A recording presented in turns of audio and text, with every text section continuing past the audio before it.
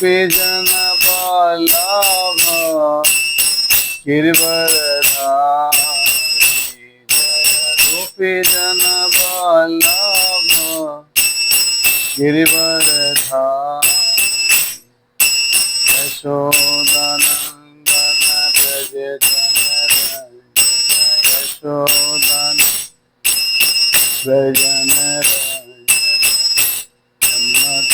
रावणचारी रावण माधव कुंज बिहारी जय राम माधव कुंज बिहारी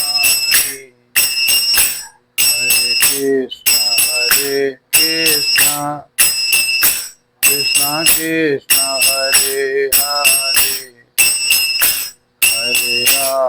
हरे राम राम राम हरे हरे हरे कृष्ण कृष्ण कृष्ण हरे हरे हरे राम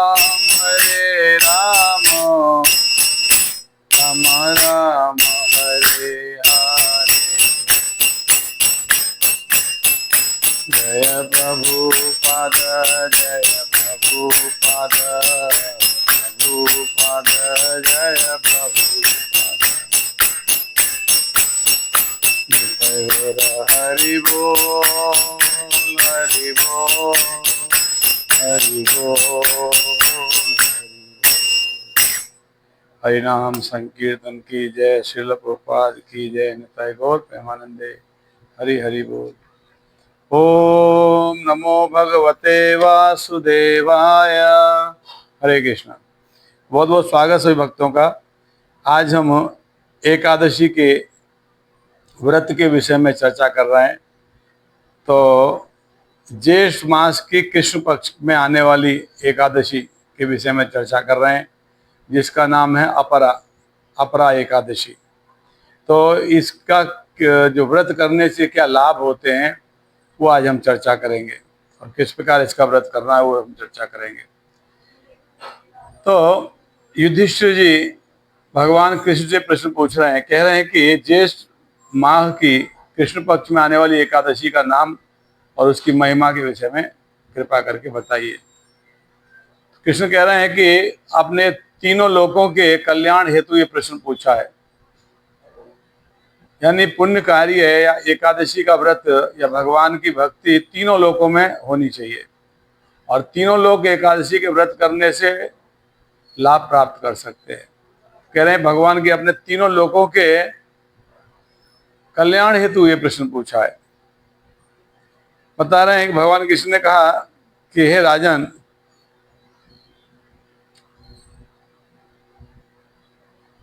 इस एकादशी का नाम है अपरा एकादशी। भगवान कृष्ण कहने लगे युधिष्ठिर को, हे राजन, इस एकादशी का नाम है अपरा एकादशी। यह बहुत पुण्य प्रदान करने वाली है, बड़े बड़े पापों का नाश करने वाली है ये एकादशी। इस प्रकार से कह रहे हैं।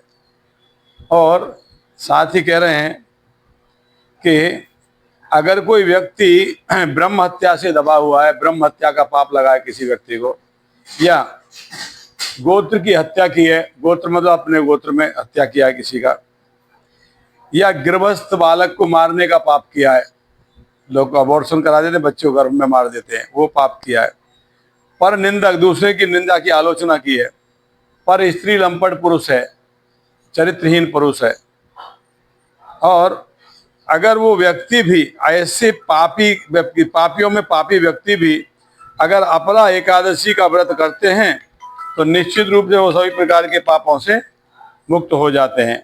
इस प्रकार से कहा गया है इसमें। और किस प्रकार के पापी इस पापों से मुक्त होते हैं?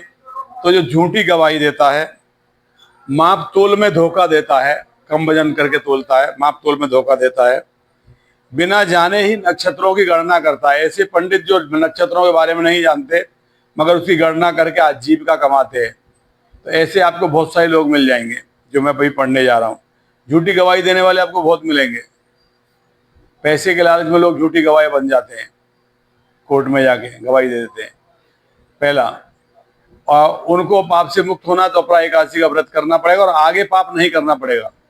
ऐसा नहीं है अपरा एकादशी का व्रत कर रहे हो और बाद में वही पाप कर रहे हो तो हमारा पाप तो मुक्त हो जाएगा, नहीं। जो आपसे अनजाने में पाप हुए हैं ना, वो मुक्त हो जाएंगे पाप से, मगर जो जान के पाप कर रहे हो वो पाप मुक्त नहीं होंगे। तो अपरा एकादशी से आपसे जो अभी तक पाप हुए थे वो आप पापों से मुक्त हो जाओगे, मगर आगे आपको पाप नहीं करना। तो कौन कौन से पाप? तो झूठी गवाही देना, वजन कम तोलना। जो व्यक्ति दुकान करते हैं, कभी कभी ऐसी टेंडेंसी रहती है मेरा ज़्यादा नहीं चला जाए, कम चला जाएगा तो चलेगा, ये भी एक प्रकार का पाप है। और जिन व्यक्तियों को नक्षत्रों की गणना नहीं आती, जो ज्योतिष शास्त्र में विद्वान नहीं है, मगर ज्योतिष शास्त्र को पढ़ के लोगों को बता के उससे जीविका कमा रहे हैं, जानते नहीं हैं फिर भी कर रहे हैं, वो भी एक प्रकार का पाप है। और अगर कोई व्यक्ति कपटता कुटिलता से, हाँ, आयुर्वेद विज्ञान में न जानते हुए भी उसका इलाज करने का, लोगों का इलाज करने का, वैद्य बनने का प्रयास कर रहा है, वो भी एक प्रकार का पाप है।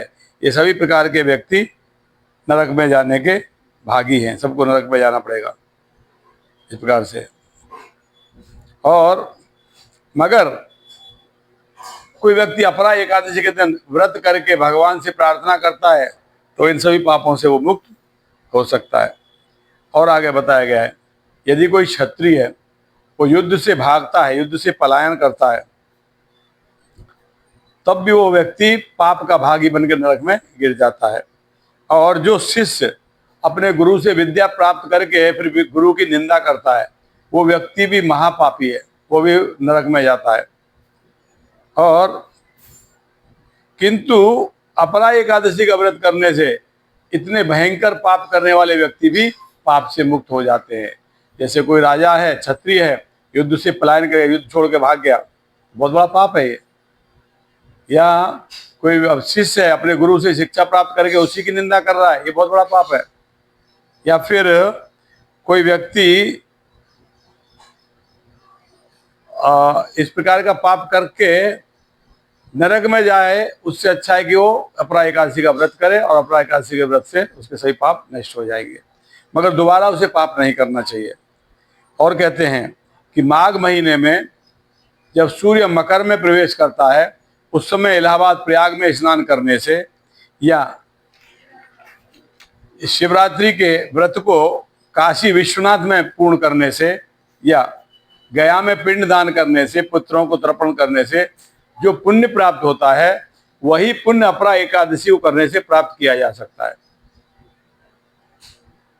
यानी काशी विश्वनाथ बनारस में शिवरात्रि का व्रत करके भगवान शिव की उपासना करने से, गया में पिंडदान करने से, पितरों को तर्पण करने से, और इलाहाबाद प्रयाग में जब सूर्य मकर राशि में प्रवेश करता है उस समय स्नान करने से जो पुण्य प्राप्त होता है, वही पुण्य और एक अपरा एकादशी को व्रत करने से प्राप्त किया जा सकता है। और इतना ही नहीं, जब बृहस्पति के सिंह राशि में स्थित होने पर गोदावरी नदी में स्नान करने से जो पुण्य प्राप्त होता है, वह पुण्य भी अपरा एकादशी के व्रत करने से प्राप्त किया जा सकता है। तो देखो कितना रेयर है ये सब करना है। जब कब बृहस्पति सिंह राशि में स्थित होगा, तब गोदावरी नदी में स्नान करना है, तब आपको पुण्य प्राप्त होगा। तो सभी पुण्य ये बिना कुछ किए अपरा एकादशी का व्रत करने से आपको प्राप्त हो जाएंगे, इस प्रकार से कहा गया। और इतना ही नहीं, कहते हैं कि बद्रिक आश्रम की यात्रा करते समय जो लोग केदार के दर्शन करते हैं और बद्री तीर्थ के दर्शन करते हैं, उनको जो फल प्राप्त होता है, वही फल अपरा एकादशी का व्रत करने से प्राप्त किया जा सकता है। और देखिए और क्या क्या है, कहते हैं कुरुक्षेत्र में सूर्य ग्रहण के समय यज्ञ करके हाथी घोड़े धन सोना चांदी दान करने से जो पुण्य प्राप्त होता है, वही पुण्य अपरा एकादशी का व्रत करने से प्राप्त किया जा सकता है। तो इसमें कहा गया है कि अपरा एकादशी को क्या करना चाहिए, तो अपरा एकादशी को भगवान वामन का ध्यान करना चाहिए, भगवान वामन की तपस्या करनी चाहिए, भगवान वामन की पूजा करनी चाहिए, अर्चन करना चाहिए भगवान वामन का, वामन देव का। केशव धृत वामन रूप जय जगदीश्वरी, भगवान कृष्ण ही वामन के रूप में प्रकट हुए थे। और अगर कोई व्यक्ति शुद्ध मन से इस एकादशी का पालन करता है तो व्यक्ति निश्चित रूप से भगवान विष्णु की कृपा का पात्र बनता है और विष्णु लोक में प्रवेश करता है। और इतना ही नहीं, अगर कोई व्यक्ति इस कथा का श्रवण करता है या इस कथा का अध्ययन करता है, इसको पढ़ता है, तो उस व्यक्ति को सहस्र गाय दान करने का पुण्य प्राप्त होता है। यानी इस कथा को सुनने मात्र से आपने 100 गाय दान कर दी, ऐसा आपको पुण्य प्राप्त हो जाएगा। तो ये इतना पवित्र और इतना विशेष और इतना महत्वपूर्ण ये अपरा एकादशी है जो आने वाले दिनों में अभी आ रही है। तो आप कृपा करके इस अपरा एकादशी के दिन अन्न का परहेज करिए। फलाहार कर सकते हैं आप, निर्जला करेंगे तो बहुत अच्छा है। अगर निर्जला नहीं कर सकते तो आप फलाहार कर सकते हैं। अन्न से वर्जित रहिए और नमक नहीं खाना है और एक समय भोजन करिए। फलाहार जो करते हो एक समय फलाहार करिए। और एकादशी के पहले दिन चावल मत खाइए। और एकादशी के बाद के दिन जो पारण का समय है, वो पारण के समय के अनुसार भगवान को अन्न का भोग लगा के प्रसाद के रूप में ग्रहण करिए, तो आपका पारण हो जाएगा। इस प्रकार से एकादशी करने से, और अगर आप कर सकते हैं तो एकादशी की रात्रि में जागरण करके भगवान के समक्ष उसका कीर्तन करिए। अगर आप ऐसा कर सकते हैं तो निश्चित रूप से आपसे आज तक जितना भी पाप हुआ है सभी पाप आपके माफ कर दिए जाएंगे भगवान के द्वारा। मगर भविष्य में फिर आपको कभी पाप न करने का संकल्प लेना पड़ेगा। तो इस प्रकार से यह पवित्र और महत्वपूर्ण और शुभ अपरा एकादशी के व्रत को करने के लिए मैं सभी से निवेदन करता हूँ। हरे कृष्णा।